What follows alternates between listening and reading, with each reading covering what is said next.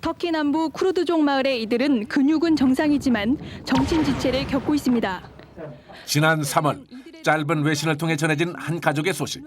터키에 네 발로 걷는 사람이 나타났다.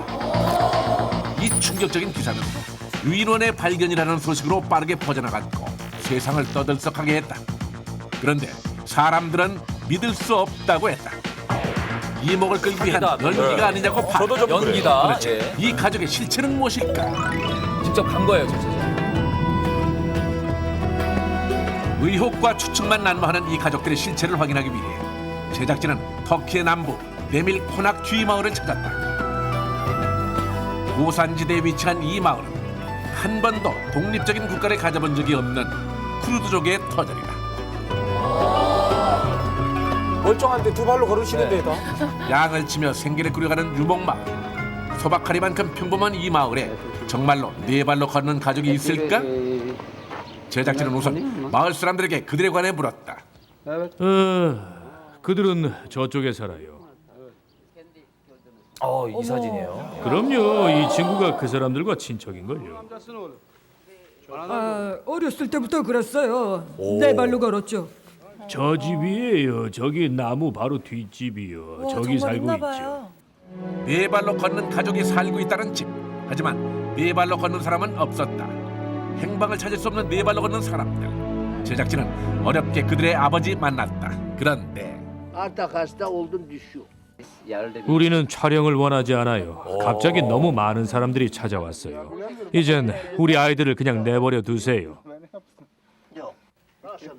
미안합니다. 저도 어쩔 수가 없어요. 가족들의 취재 거부. 베일에 쌓여있는 이들의 실체를 확인할 수는 없는 것일까?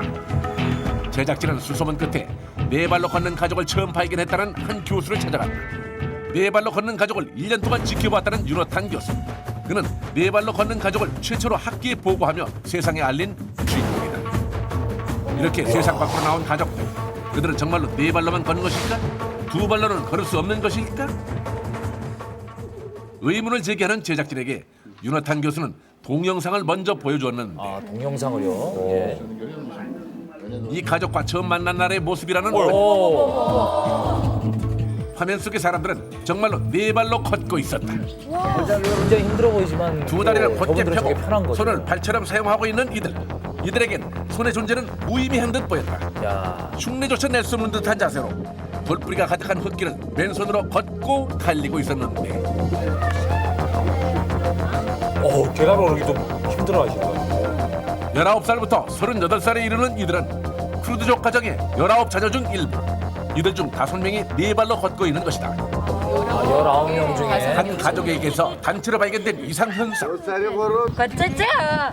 Yaklaştırman lazım. Kocacak awaya. Awa, 엄마. 무슨 말인지 도저히 알아들을 수 없는 말들. 사용하는 단어도 100여 개에 불과했다. 정말 이들은 진화되지 않은 유인원들인가. 하지만 이들은 달랐다. 침팬지, 고릴라 등 유인원의 걸음걸이는 손가락 관절을 이용하는 것에 반해 이들은 손바닥을 바닥에 대고 손목을 이용해 걷고 있었다. 차이는 있구나. 네, 굳은 살이. 그리고 이분 걸으시네. 등을 곧게 펴지는 못하지만 아주 짧은 시간 동안은 두 발로 걷기도 했다. 만약 보조 기구가 있다면 장시간 서 있기도 했는데 이뿐만이 아니었다. 이들은 양손을 자유자재로 사용했으며 손을 이용해 물건을 들어 올리기도 했다. 일상생활에 별다른 불편 없이 열 손가락을 움직이는 이들. 여자들의 경우 섬세하게 근육을 움직여야 하는 바느질도 가능했다. 하지만 Türkiye'ye, Almanya'ya, Amerika'ya, Fransa'ya, İngiltere'ye. Hangisi burası? Ve de ne kadar? Rovi Gundimati. 예. Gundimati Godi.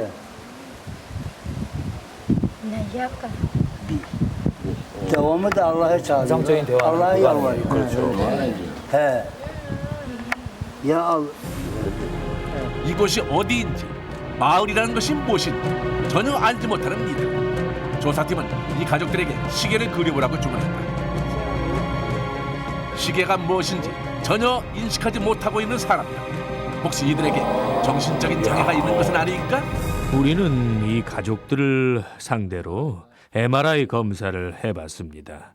그리고 검사 결과 소뇌가 일반인에 비해 작다는 것을 알게 됐어요.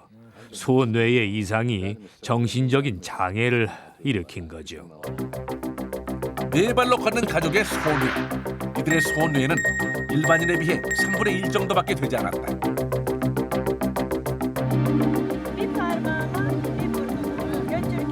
실제로 이들은 코끝과 손가락의 끝을 왕복해서 맞추는 간단한 운동조차 따라하지 못했다.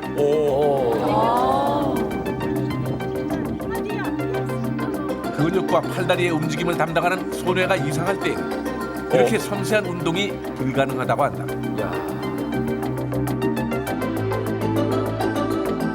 뿐만 아니라 손바닥을 뒤집는 동작을 단 한 번도 성공하지 못했는데 이것은 소뇌가 작아 균형 감각에 이상이 생겼다는 증거.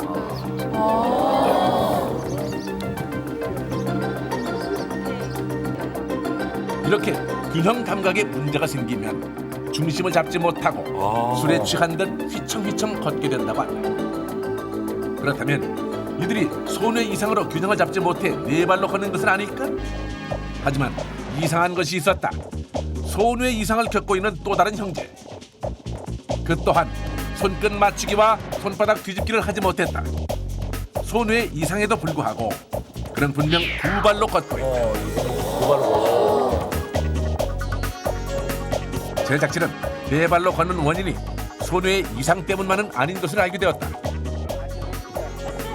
이들을 연구한 또 다른 교수는 소뇌의 이상으로 두 발로 걷는 것이 힘들었던 첫째가 네 발로 걷기 시작했고 소뇌의 이상을 가진 동생들도 첫째의 네 발 걷기를 따라했다고 주장했다.